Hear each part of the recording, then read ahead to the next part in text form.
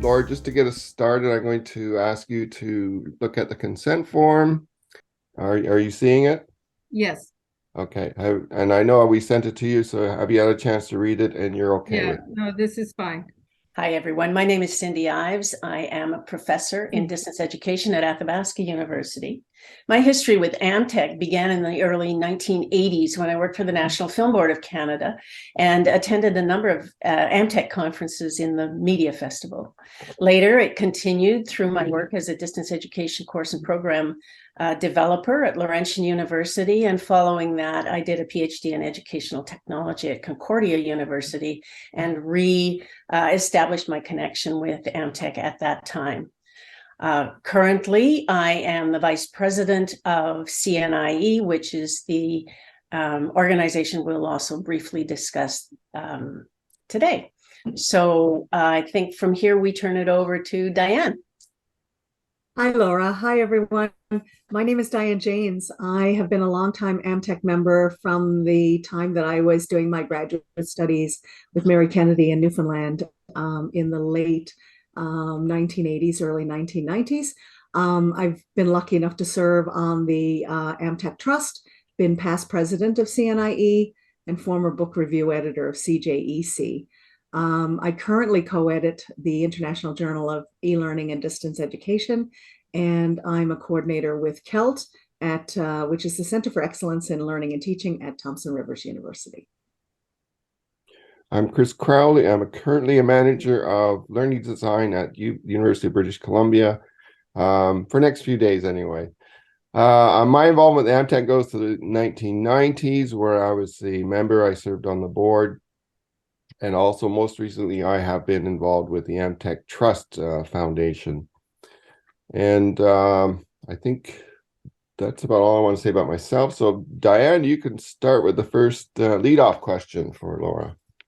Well, before I do that, Chris, I'm just going to give a little brief overview of the right, of course, of the AMTEC History Project, because I just in case folks this is the first interview they listen to while we're doing our set. Fundamentally, this particular project came from the recognition that 2023 was going to be the 50th anniversary of AMTEC.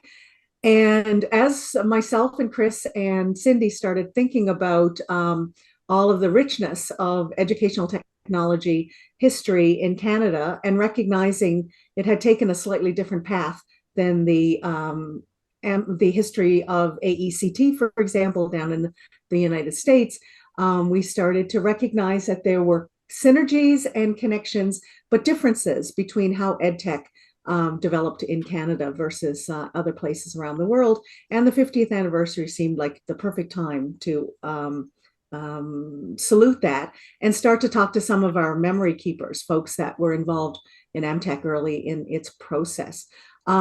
This started in May of 2022.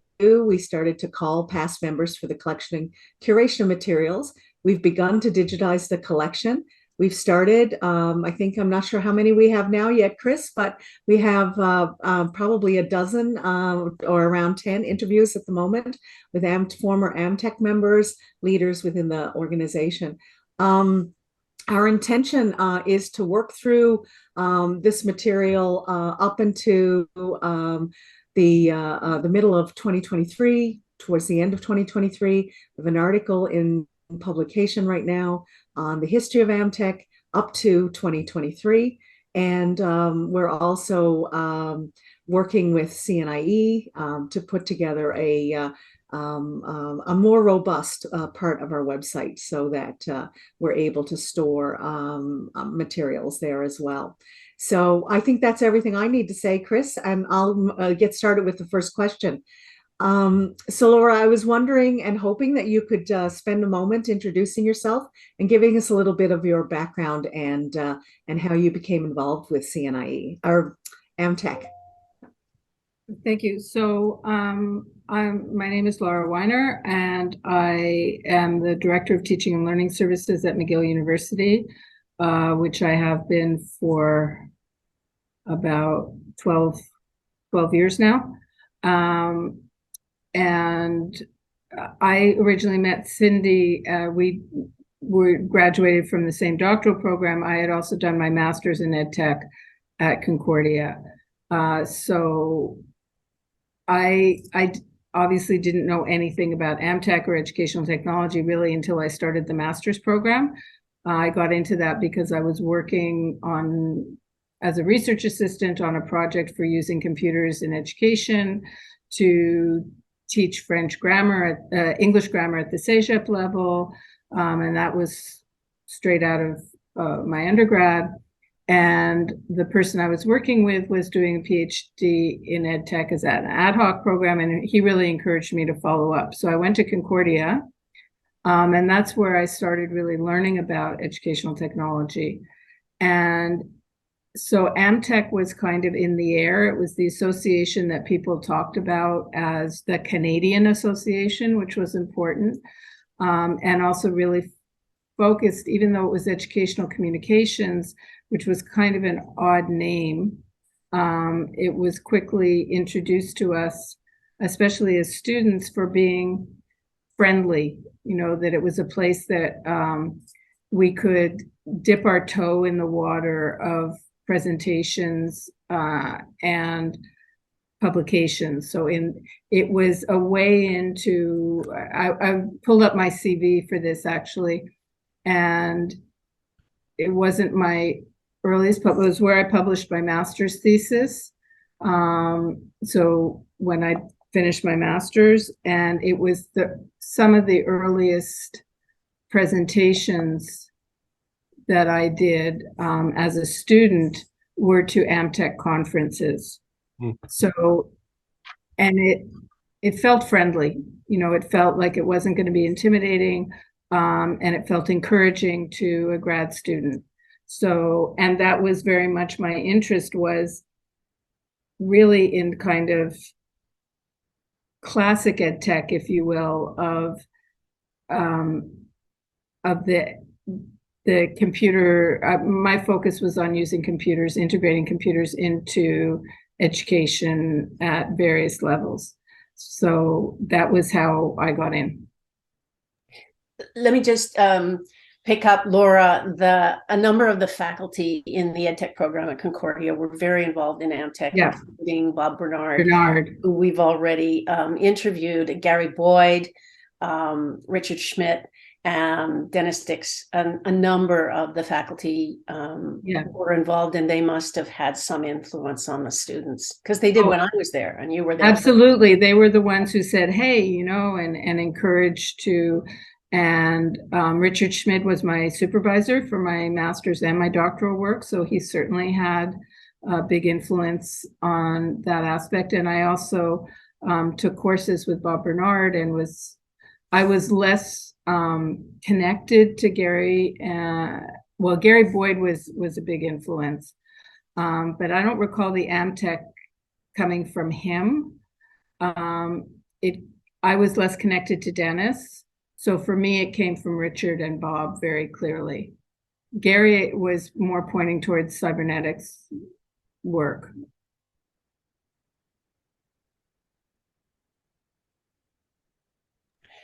We've forgotten who goes next. Chris does a little bit of editing so that we don't look so stupid in the interview, right, Chris? Yes, I do. I try to shorten them up. I try to leave the content as is and take a few of the pauses and hesitations out. Yeah. So I guess the just to sort of follow up on your introduction to AMTEC as a graduate student, did you find that it followed you into your career as you moved into more professional work and academic work? Well, my first job I started before I finished my PhD, was working at a government-funded research center. And it certainly followed me into there. I did presentations and publications while I was there on that work. as I moved on, it didn't follow me so much. I went from there because I went from there and I did work in private sector consulting, and then going back, then, back to research. And so I worked in research at University of Montreal for a number of years. And then by the time I came to McGill, it was much more in an educational development context rather than an ed tech context. So that was my professional scholarship changed orientation. So the ed tech part of it didn't seem as relevant anymore. So that's interesting because I've done the same thing. I've gone from sort of instructional design and educational technology to educational development. I find that having that background is quite useful. Did you find that helped you move into the educational development role? Oh, the ed tech background? And the association with sort of that media and technology. Well, absolutely, because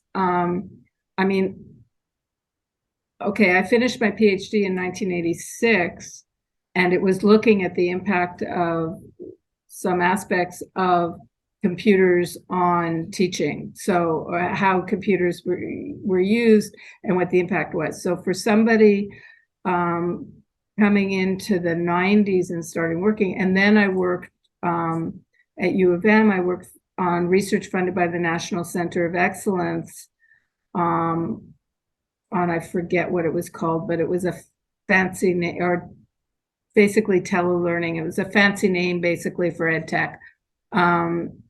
So I had that, and then it was from that I came to McGill.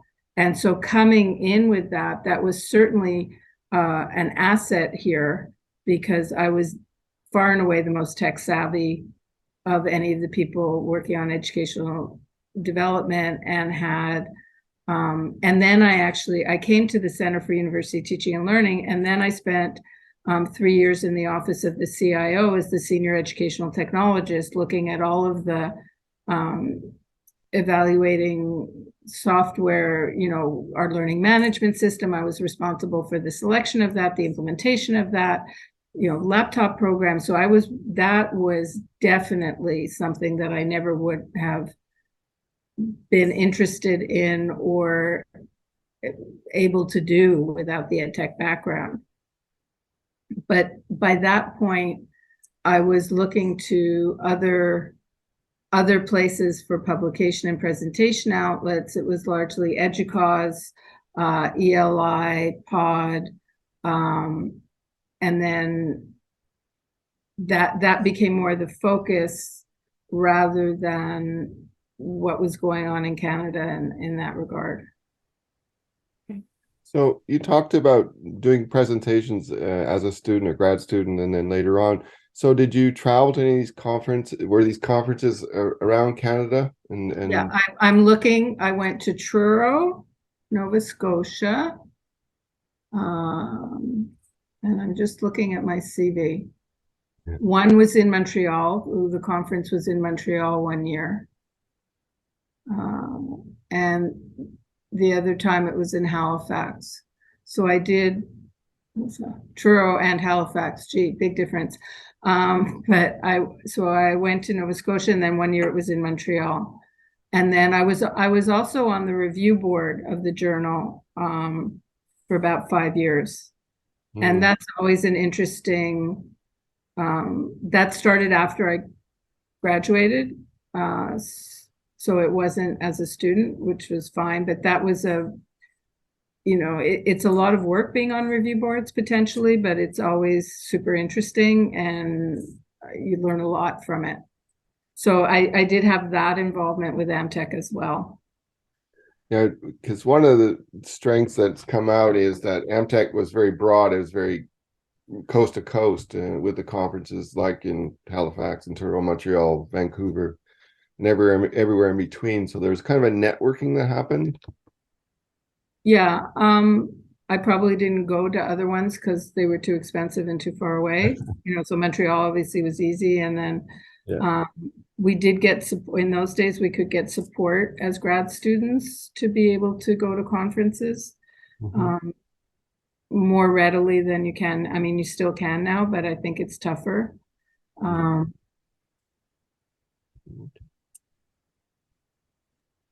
So Laura, educational technology has been and still is in some cases a very male-dominated sphere of activity. How did you feel? What was your experience like as a woman in ed tech? Did you find it welcoming or standoffish, or I don't know? Mixed. I wouldn't want to make generalizations. I mean, certainly the faculty in the program were very male dominated. I mean, I remember I was on the hiring committee of the first female, as a grad student, I was on the hiring committee of the first female prof that was hired into that program. And I actually was later on the hiring committee when we hired her to work at McGill. So it was kind of funny. But I know she had real challenges with colleagues. As a student, I didn't feel it so much.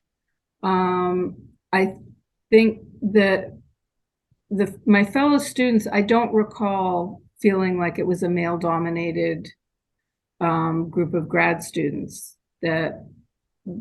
So I didn't feel it as a student, but I certainly saw it in the faculty. And some of the faculty were very difficult to deal with for precisely that reasons, and I shall not name them to protect the guilty. I'm sure Cindy knows who they are.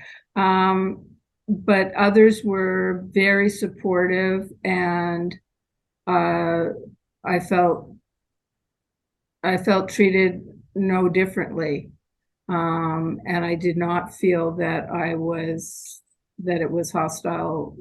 There were certain individuals, but there were certain individuals in many, many areas. But I know for the faculty, that was a tough place to be for a woman. It was certainly, you were on the cusp of the transition, I suppose, where... Well, go ahead. No, I just wanted to say when we set up the first course on microcomputers in education, I was asked to teach it as a grad student because I knew more about the whole microcomputer thing than actually any of the people on staff. So the fact that they turned to a female grad student to do that, I think was also, not that I think there was I don't think there was a man who was as well qualified as I was, but I think the fact that they unhesitatingly, from my perspective, asked me to teach it was an indication of, as you say, it was a cusp. It was a transition point. Sure, and there's another transition point now. I know among my own students, they are much more fluent with social media, interactive media, 3D media, a whole host of media than I am. And I think we might be living in another one of those transitions on an ed tech perspective, or at least on the technologies for learning perspective. And it can be challenging for a faculty member to realize that their skills are outdated. Yeah, I mean, my instructional design skills have not kept up in that way. We have instructional designers on staff. I can certainly look at something and go, that's really good, that's not so good, tweak this, tweak that. But it's actually, we're about to submit an article for publication, and they had described me as, they said on the team were 3 instructional designers, and I said I don't feel comfortable identifying myself as an instructional designer anymore. I'm an educational developer. So on the other hand, I think there are areas, certainly ChatGPT is, brought that kind of technology to the fore. And that's a place where I feel we're all learning, and because everybody's learning at the same time, I feel on a more level playing field there. Yeah, it's interesting because I've been noticing the same thing, certainly from the teaching that I'm doing as well as the faculty that I'm working with. But it's interesting because while a lot of our students are tech savvy, they are still requiring the need to understand the context and the historical context as well as the theoretical context. So yes, having that conversation, the balance. And I think that's what AMTEC did as well, was to talk about the balance between practice and theory, practice and research. So there were strong researchers who worked within the AMTEC conventions and so on, but there were also strong practitioners. So how to turn that theory into practice. And it sounds to me like that was something that you focused in on, Laura, when you were doing your work with AMTEC, was that switch to taking the theory and moving it into practice as much as possible.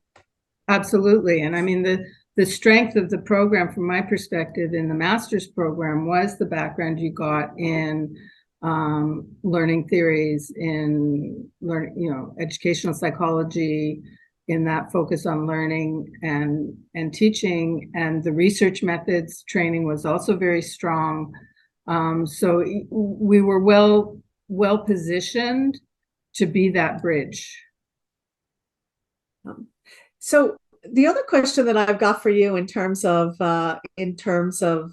your time with AMTEC, which I know was earlier in your career before your educational development work, can you give us some sense as to what you were thinking in terms of what might have been at that point the greatest challenges for educational technology in Canada at that moment in time?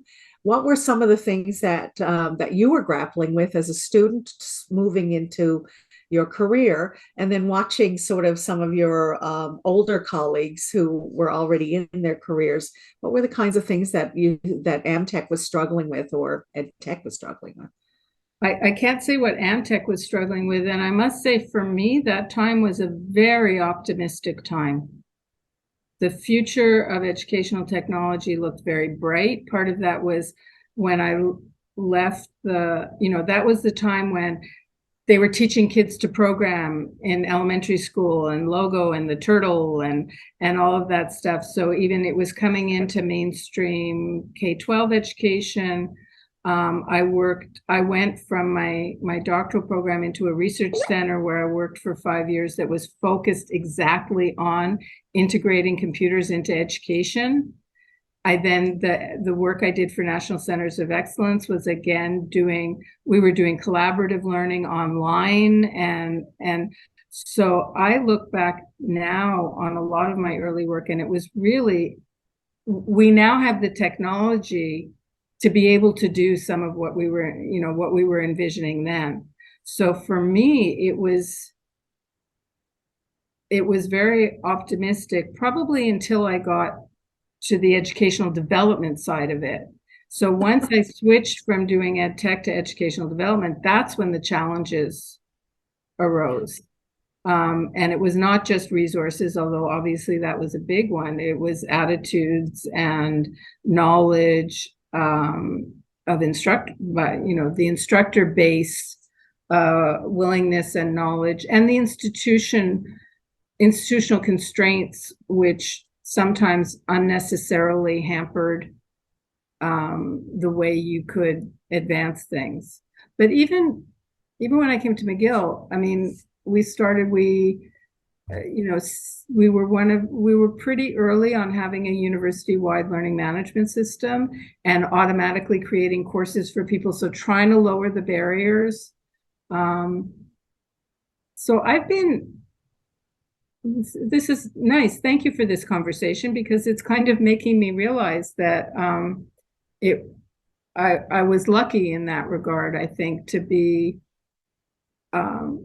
always feeling like there was promise that wasn't always as fulfilled as quickly or as deeply, but that there was an inherent optimism, I think, in much of the work that I've been involved with in my career.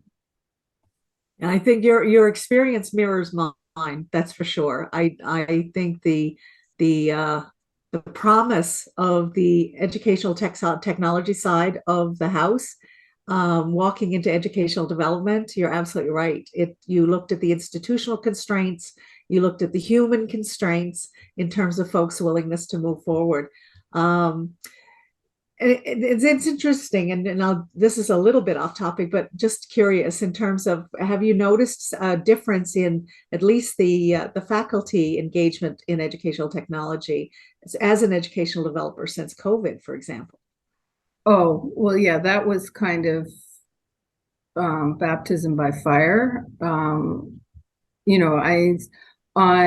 On March 13th, 2020, we had 24 Zoom licenses at McGill. By September, we had 2,500. And by winter, we had university-wide license. So, I mean, just that. And then people said it was temporary. Yeah, right. Try and take Zoom away now. It can't. It's integrated into part of the landscape. And many other tools were used. And it hasn't only, it's also had, the pandemic in that sense had a huge impact on assessment, and has introduced, because a lot of assessments had to be online during the pandemic, it opened people's eyes. They thought, oh, there was a lot of stuff that before the pandemic, we would go around and talk to instructors about, and they would say, nope, can't be done. Nope, can't be done. Like, dozens of examples. And then all of a sudden, oh, it can be done. And then some have gone back to pre-pandemic. I would say not many are completely unchanged in some to varying degrees. And the university as a whole is now moving towards formally recognizing models of blended learning and formally allowing that, which, redefining what do contact hours mean, all of this. So as an institution, the university is shifting in ways that pre-pandemic would not have been possible. I mean, I said all the way through the pandemic that if it weren't so awful, it's the best thing that ever happened to higher education.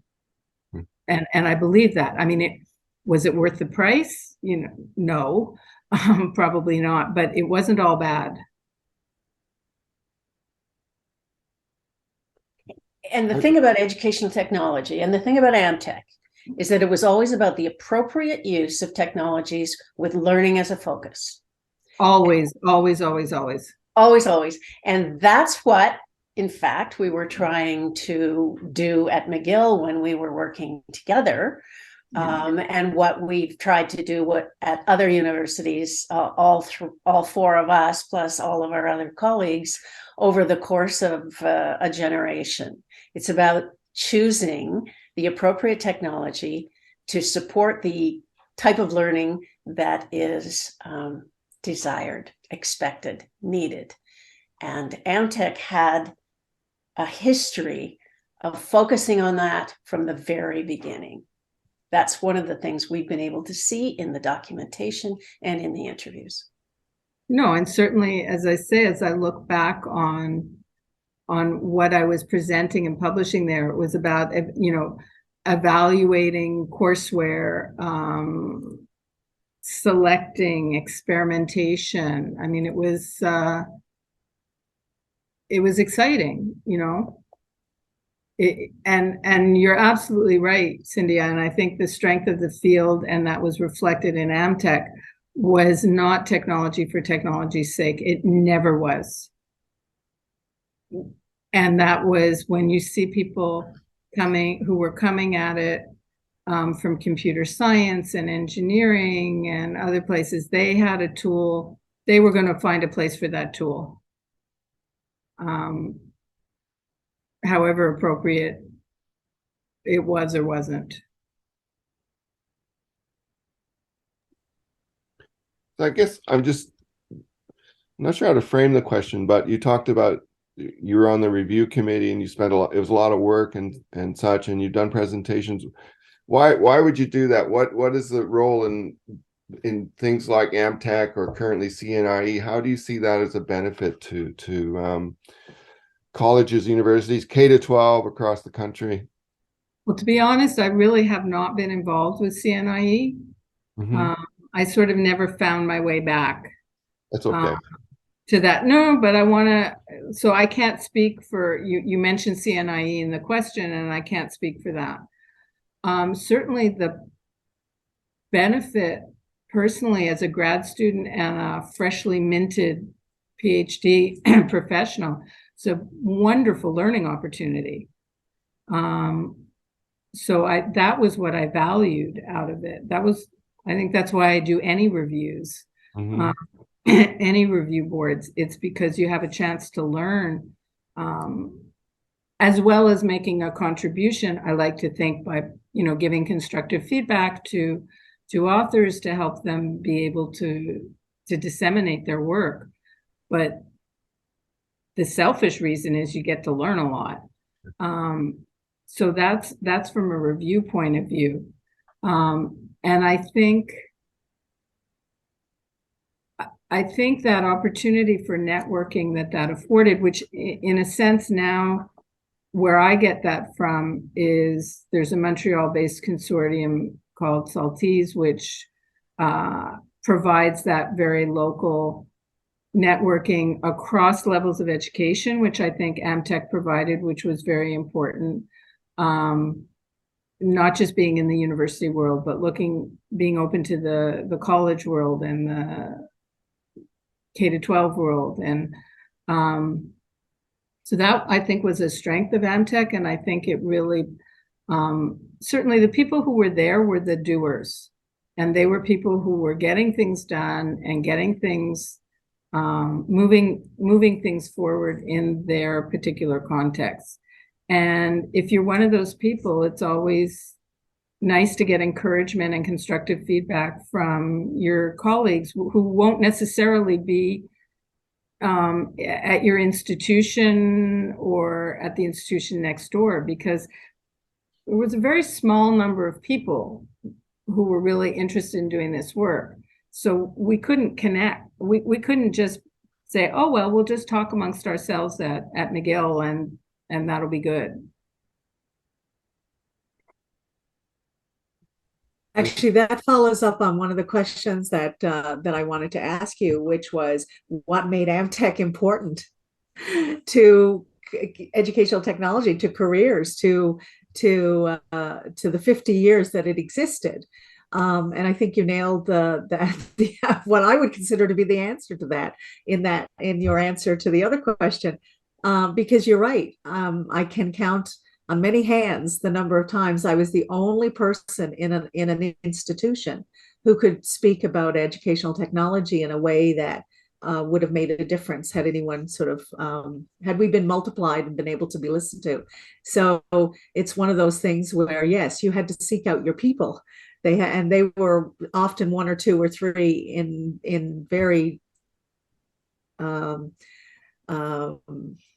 expanded spaces, because Canada is not a small country. So you literally had somebody in Newfoundland and you had somebody in BC and somebody up in the Yukon, and the three of you, how do you get together? And so I worked during my doctoral program for 6 months in Great Britain on their NDP Cal program. I don't know. They had a national program, national development program for computer assisted learning.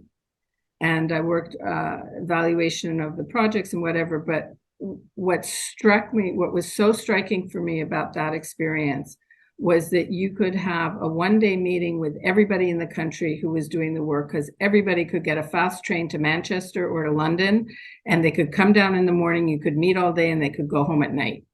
And the impact of I think we don't take our geography enough into account often, with the barriers it creates for moving things forward. And in the US, where they have similar distances, they have enough critical mass in regions so they can have regional groups that do that. And in Canada, the only region that really has that is Ontario, because we don't have the critical mass. So AMTEC supplied the critical mass. And there are other groups that are trying, but it's always been very challenging in Canada, I think. Yeah, Laura, that's maybe one of the things that we've identified that makes AMTEC different from AECT, for example, which is the sort of analogous organization in the US, but which has thousands and thousands and thousands of members, and their conferences have thousands of people attending and so on. What our early memory keepers have suggested is that there was a kind of friendliness, and this is the way you started, a kind of friendliness about the organization, a willingness and acceptance of people from across the country, from a variety of disciplines, and in fact, a variety of professions, because it blended the researcher, the pure academic, with the teacher, with the at multiple levels, with the practitioner, and in fact, some private sector members as well in AMTEC, talking about training and corporate kinds of uses of learning technologies. So that's kind of the difference. So that what's a challenge has become a benefit in a way, and AMTEC seems to have provided some kind of modeling and training of, our generation, so that what's going on now continues to be optimistic, as you've described.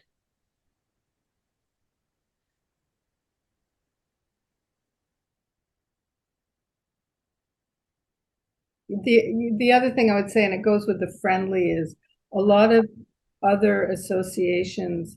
I mean, I went to AERA as a grad student, and there it was so, I just felt like that it was so competitive, and everybody was trying to show each other up and do one-upmanship. And some of the larger conferences were like that. And again, AMTEC felt more nurturing and more supportive. I'm not exactly sure why, but it certainly was. Again, and I think as a grad student, you're coming into, you don't have a professional identity that's fully formed, and you're not so confident. So it's nice to have a place that's going to be a little friendlier. We've been asking everybody this mystery question and no one knows the answer. So, Chris, did you want to speak about the AMTEC quilt? Yeah, I don't know if I have it to share right now. There was an AMTEC quilt that traveled to all the conferences, not all the conferences, many conferences, and we just don't know who made it. It seems to be a mystery. We've talked to a lot of people. I don't know. Yeah. And it's not signed. No. Unfortunately, whoever created it, it's patched in the sense that it has a series of additions, and we sort of know from the very first patch to the very last patch sort of when it was in existence, working on the assumption that it had to be created post that last patch. And we've spoken to all the memory keepers, and there's not one that has a memory of it other than they remember seeing it. Yeah, so unfortunately, a fair number of people aren't with us anymore. Yeah, and that's part of why some of the early memory keepers have said this is such an important thing for us to be doing, because we could lose the rest of the history if we don't do this. The thing about the quilt is it's an apt metaphor, right? It's an old technology used for a historical purpose, and it allows every conference to participate actively. It's really a welcoming blanket, right? And I've seen that kind of thing at other conferences. It's not unique to AMTEC. So I think that speaks to, as you were saying, the message of the quilt, if you will. A quilt as an artifact in and of itself inherently has, the medium is the message, right? So the quilt is the medium, and there is a message. It's co-constructed, it remembers its history, all of these things. Yes. Yeah. And it's interesting because for all the fact that we were a 50-year history of educational technology, we were very inconsistent in our digital artifacts. So I suspect as folks retired, boxes and boxes of things that probably would be wonderfully added to our AMTEC digitization project fundamentally have been lost. So that's the other reason we reach out and hope that somebody, you know, in their cleaning out of their office during their retirement, will suddenly come across something that they think, oh, this is something I'd like to you know, take a photograph of or image in some way and send it to us. Because I think you're right, Cindy. I think it was 77, and that's way before my time. And it's before Bob Bernard's time and Richard's. Gary was there at the time, Gary would have been there. but He's I gone. don't know what happened to all of his records. Apparently, EdTech has still got them, but somebody has to want to go through them and have the time to do go that. through. I would love to go through Gary's papers on any. As a total aside, you can edit this out, please, Chris. There's a local secondhand bookstore that got a lot of his books. Oh, really? And they made an announcement. They sort of displayed them as a collection. Oh. And I picked up 2 things there.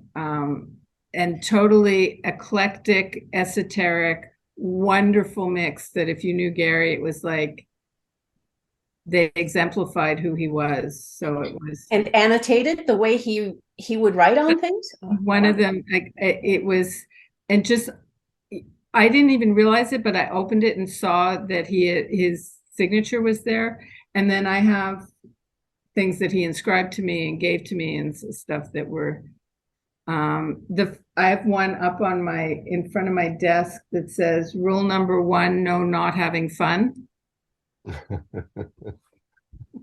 I don't know if David Mitchell might have any memory of that. Okay, there's a name we can explore. Thanks, Laura. I think he's living in Nova Scotia now. Richard Schmidt probably would know how to get in touch with him. Okay, Actually, we'll Richard called me last week and said, I'm cleaning out my office and I just found it was the wooden blocks I used in my master's thesis. He just found them and did I still want them? So I'm actually having lunch with him tomorrow. So, Laura, if you wouldn't mind just dropping the note, if he finds anything that's AMTEC related, I'll mention it to him. You know, could he let me know and we'll find a way to get whatever it is.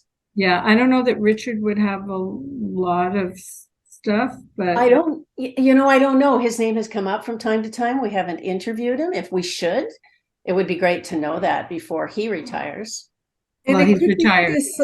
It could be something as simple as, you know, an AMTEC program that got stuffed into a file folder. Okay. Yeah, I think I've been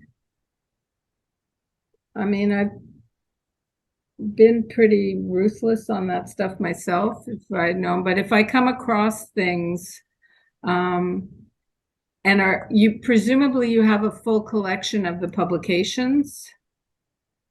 Yes, in fact, when AMTEC and CADE disbanded and became CNIE, or the 2 memberships joined to become CNIE, the Canadian Journal of Learning and Technology took all of the old AMTEC publications, and they're all available through the archives on the CJLT website.